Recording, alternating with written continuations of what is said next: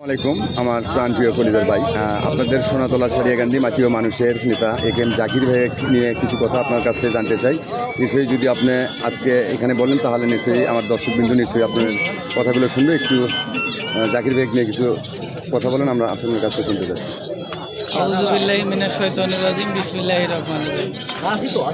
বাংলাদেশ জাতীয়তাবাদী দল বিএনপি সোনাতলা উপজেলা শাসকের পক্ষ থেকে সকলকে ভক্তিপূর্ণ সালাম, আসসালামু আলাইকুম।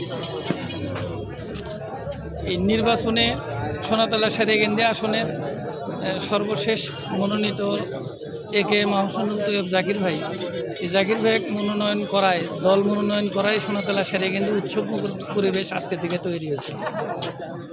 আমরা আশা করব যে যারা তৃণমূল নেতাকর্মী ছিল তাদেরকে নেতৃত্ব দিছে, রাজনৈতিক 188টা মামলা চালাচ্ছে, তিনি 59টা মামলার আসামি, বিভিন্নভাবে দলীয় খোঁজ খবর নিচ্ছে, বিভিন্ন প্রোগ্রাম করছে সোনাতলা সারিয়াকান্দিতে, বিভিন্ন ধরনের প্রোগ্রাম করছে, জানাজা, তারপরে বিয়ে, বিভিন্ন উৎসব, তিনি দলীয় খোঁজ খবর নিচ্ছে, একাধিকবার জেল খাটছে। তৃণমূল নেতাকর্মীকে দল প্রার্থী হিসাবে যোগ্য নির্বাচিত করায় আমরা আসলে সিনিয়র নেতাকর্মীদের স্বাগত জানাই যে সঠিক নেতৃত্ব সোনাতলা সারিয়াকান্দি তৈরি করতে পারছে। আসলে এতে এই নেতৃত্ব যদি যোগ্যতা অনুযায়ী তৈরি করতে না পারে দল, এতে দল ক্ষতিগ্রস্ত হবে। কারণ ভবিষ্যতে যারা নির্যাতিত, যারা রাস্তায় ছিল, ত্যাগ জীবনের বিনিময়ে জীবন বাজি রেখে যারা আন্দোলন সংগ্রাম লড়াই করে বেড়াচ্ছে, তার মধ্যে থেকে জাকির ভাই ছিল অন্যতম সংগঠক।